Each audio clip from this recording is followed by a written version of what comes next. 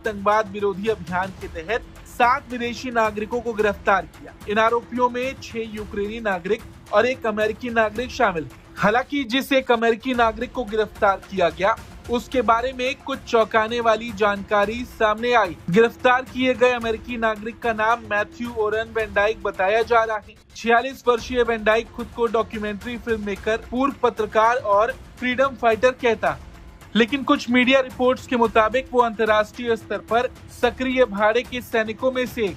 Van Dyke और उसके साथियों पर आरोप है कि इन्होंने म्यांमार के विद्रोही गुटों को हथियारों और ड्रोन संचालन की ट्रेनिंग दी। वो बाल्टीमोर, मैरीलैंड में जन्मा और जॉर्जटाउन यूनिवर्सिटी से सिक्योरिटी स्टडीज में मास्टर्स कर चुका है। उसका ज्यादातर जीवन युद्ध क्षेत्र में बीता है। लीबिया 2011 गद्दाफी के खिलाफ विद्रोहियों के साथ युद्ध के दौरान पकड़ा गया और अबू सलीम जेल में 5 महीने तक बंद रहा। बाद में विद्रोहियों के उस क्षेत्र में कब्जे के दौरान जेल से भागने में सफल हुआ। यहाँ तक कि सीरिया और इराक से भी उसका कनेक्शन सामने आया है। वैन डाइक ISIS के खिलाफ अभियान में काफी सक्रिय रहा। 2014 में अपने पत्रकार दोस्तों की हत्या के बाद उसने सन्स ऑफ लिबर्टी इंटरनेशनल नाम की गैर लाभकारी सैन्य संगठन बनाई। यहाँ तक कि मार्च 2022 से रूस यूक्रेन युद्ध में वैन डाइक काफी एक्टिव रहा। उसने यूक्रेनी सेना और नागरिकों को युद्ध और काउंटर ड्रोन तकनीक की ट्रेनिंग दी।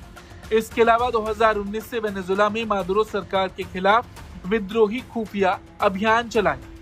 वैन डाइक को कई बार अमेरिकी खुफिया एजेंसी CIA का प्रॉक्सी या एजेंट कहा गया। हालांकि उसने हमेशा इसका खंडन किया।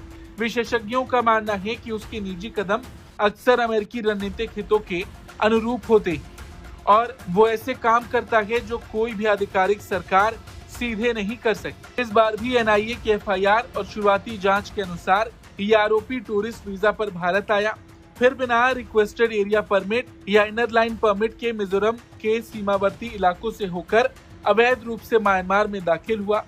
वहां उसने सक्रिय कुछ जातीय विरोधी गुट, जिनके तार भारत के पूर्वोत्तर राज्यों में सक्रिय उग्रवादी गुटों से जुड़े हुए। जांच में सामने आया कि ये नेटवर्क यूरोप से भारी मात्रा में ड्रोन लेकर आया। इसका मकसद म्यांमार में विद्रोही गुटों को ड्रोन वॉरफेयर, असेंबली जैमिंग तकनीक और आधुनिक हथियारों की ट्रेनिंग देना था। फिलहाल सभी 7 आरोपियों को UAPA के तहत NIA हिरासत में 11 दिन के लिए भेजा गया है। NIA की गिरफ्तारी और कार्रवाई का संदेश साफ है। भारत अपनी राष्ट्रीय सुरक्षा और सीमाओं के प्रति पूरी तरह सतर्क है। म्यांमार में अस्थिरता का असर सीधे पूर्वोत्तर राज्यों पर पड़ सकता है और भारत किसी भी विदेशी नेटवर्क को प्रॉक्सी युद्ध छेड़ने या विद्रोही गुटों को मजबूत करने की अनुमति नहीं देगा। Bureau report, Bharat.